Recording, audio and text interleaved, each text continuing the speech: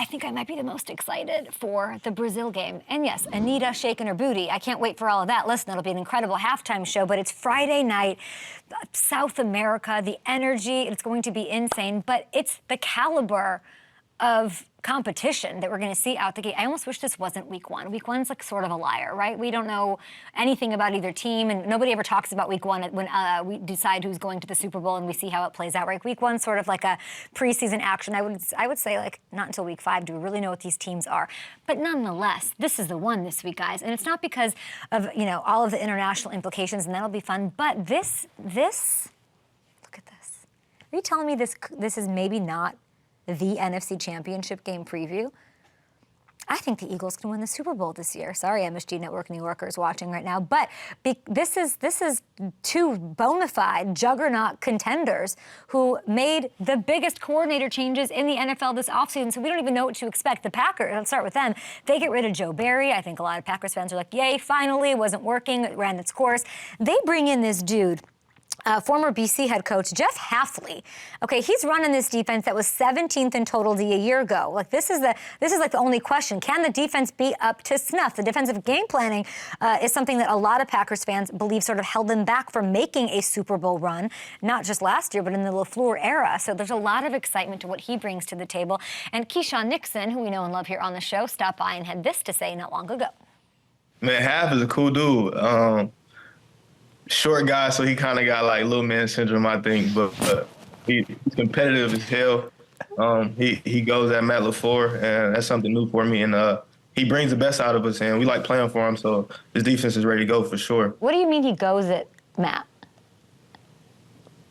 He go at him. It don't matter what Matt say. We gonna go. We gonna compete for sure.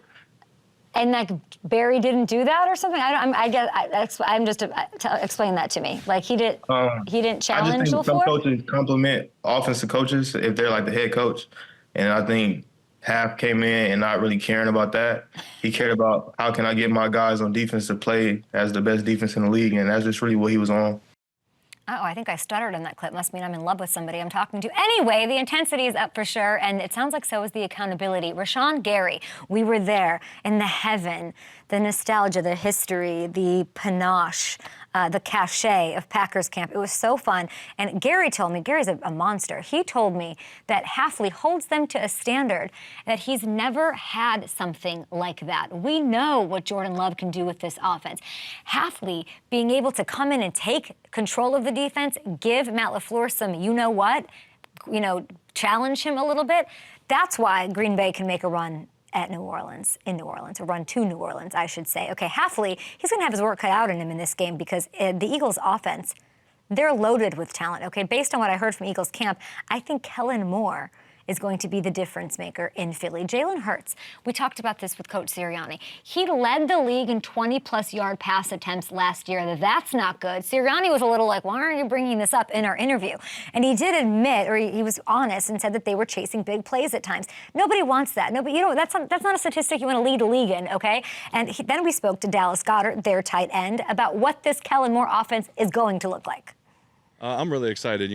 Early in my career, I caught a lot of short stick routes, over the balls, things like that. And, I still love running the deep routes, getting the deep crosses, the corner routes, things like that.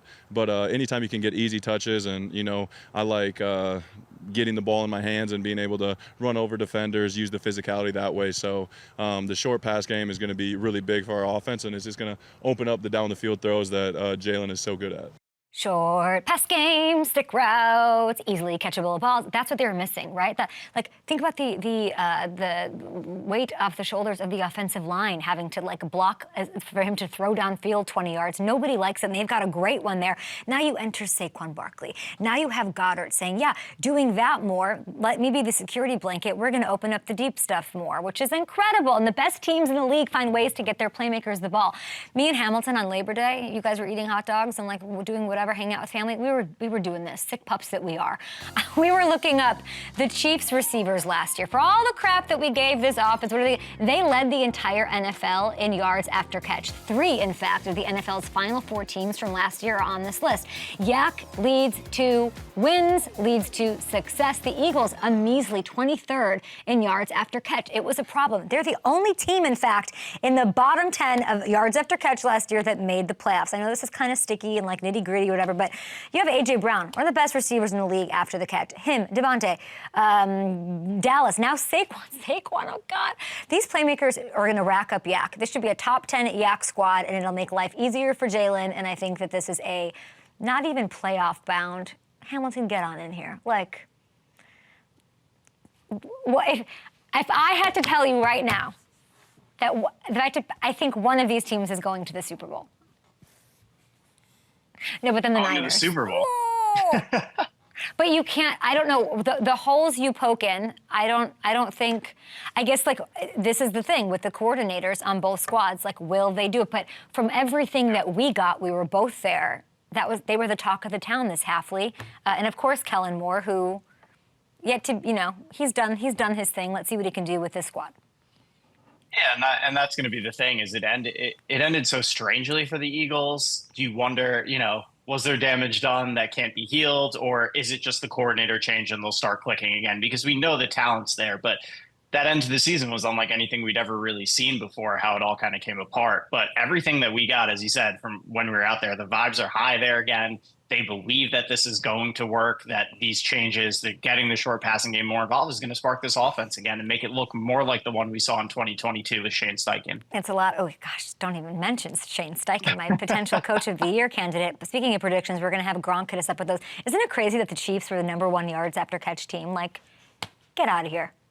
Get out of here. I don't think anybody would have guessed that with the reputation those receivers had, but it's been such a huge part of their pass. Like, we always think about Mahomes and the deep ball, but they use the short passing game as well as anybody, and just get the ball in the hands of those playmakers and let them go to work. I think Goddard, our vibe from him was he's going to really turn it on. Goddard's a guy I'd really keep my eyes on in this Kellen Moore offense. Kellen Moore, obviously, like the whole tight end thing, look at his history. Like, it's all going to work for Mr. Dallas in Philly. From Dallas, Philly, Hamilton in New York, hello, MSG. Hey, everybody, thank you so much for watching. You can subscribe right here to get the latest from the show and check out more of the best clips from Up and Adams, or go watch a few segments from other shows on FanDuel.